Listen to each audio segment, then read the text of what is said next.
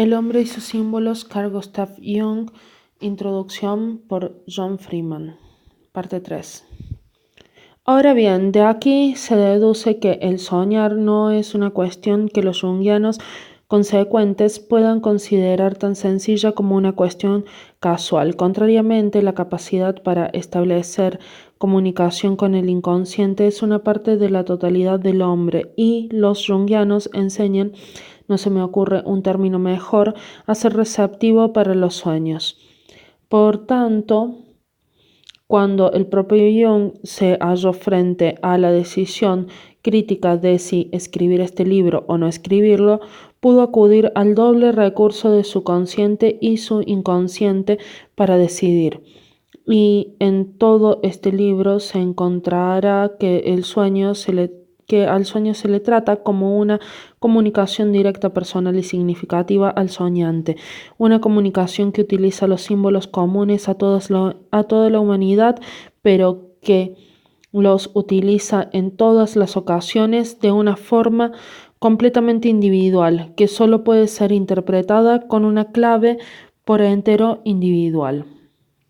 El segundo punto que deseo señalar se refiere a una característica particular del método argumentativo que es común a todos los escritores de este libro y quizás de todos los junguianos, quienes se han limitado a vivir totalmente en el mundo de lo consciente y rechazan la comunicación con el inconsciente, se atan por las leyes de la vida consciente y convencional, con la lógica infalible pero frecuentemente sin sentido de la ecuación algebraica, razonan con premisas supuestas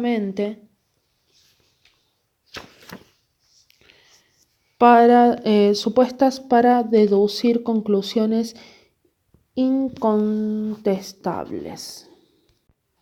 Me parece que Jung y sus colegas, se den o no cuenta de ello, rechazan las limitaciones de ese método de argumentación.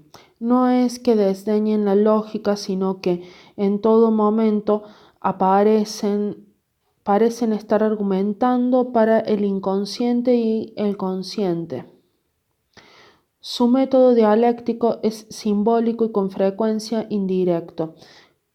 Convencen no por medio de la luz minuciosamente enfocada del silogismo, sino bordeando, repitiendo, presentando una visión reiterada del mismo tema visto cada vez desde un ángulo ligeramente distinto, hasta que, de repente, el lector, que en ningún momento se dio cuenta de que hubiera ninguna demostración conclusiva, haya que se ha apoderado e incorporado dentro de sí de alguna verdad más amplia. Los argumentos de Jung y de sus colegas se elevan en espiral sobre su tema como un pájaro volando en torno a un árbol. Al principio, cerca del suelo, solo ve una confusión de hojas y ramas. Paulatinamente, según va ascendiendo más y más en sus vueltas, los reiterados aspectos del árbol forman un todo y están en relación con sus contornos. Algunos lectores pueden encontrar este método de argumentación en espiral un tanto oscuro y hasta confuso en algunas pocas páginas, pero no creo que más. Es característico del método de Jung y el lector bien pronto se verá arrastrado por él a un viaje persuasivo y absorbente. Las diferentes secciones de este libro hablan por sí mismas y apenas necesitan introducción mía. El capítulo de Jung introduce al lector en el inconsciente, en los arquetipos y símbolos que forman su lenguaje y en los sueños por los cuales se comunica. En el capítulo siguiente, el doctor Henderson explica la aparición de diversos arquetipos en la mitología antigua, la leyenda popular y el ritual primitivo. En el capítulo titulado El proceso de individuación, la doctora von Franz describe el proceso por el cual el inconsciente y el consciente dentro de un individuo aprenden a conocerse, respetarse y acomodarse recíprocamente. En cierto sentido, este capítulo no solo contiene el kit de todo el libro, sino quizás la filosofía de Jung acerca de la vida. El hombre se totaliza, integra, calma y se hace fértil y feliz cuando, y solo entonces, se completa el proceso de individuación, cuando el consciente y el inconsciente han aprendido a vivir en paz y a complementarse recíprocamente. La señora Jaffe, al igual que el doctor Henderson, se ocupan de demostrar el reiterado interés del hombre, casi una obsesión, por los símbolos del inconsciente. Tienen para él una íntima atracción profundamente significativa, casi nutricia y fortalecedora, ya se produzcan en los mitos y cuentos de hadas que analiza el Dr. Henderson o en las artes plásticas que, como demuestra la señora Jaffe, nos satisfacen y deleitan con la incitación continua al inconsciente. Finalmente debo decir unas palabras acerca del capítulo de la doctora Jacobi que, en cierto modo, se separa del resto del libro. En realidad es el resumen de la historia clínica de un análisis interesante y positivo. Es evidente el valor de un capítulo semejante en un libro como este. Sin embargo, son necesarias dos palabras de advertencia. Primero, como señala la doctora von Franz, no hay lo que podría llamarse análisis típico junguiano.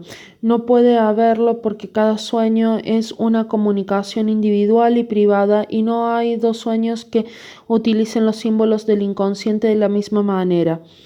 Por lo cual, cada análisis junguiano es único y es erróneo tomar este sacado del archivo clínico de la doctora Jacobi a cualquier otro de los que haya, o cualquier otro de los que haya, como representativo o típico.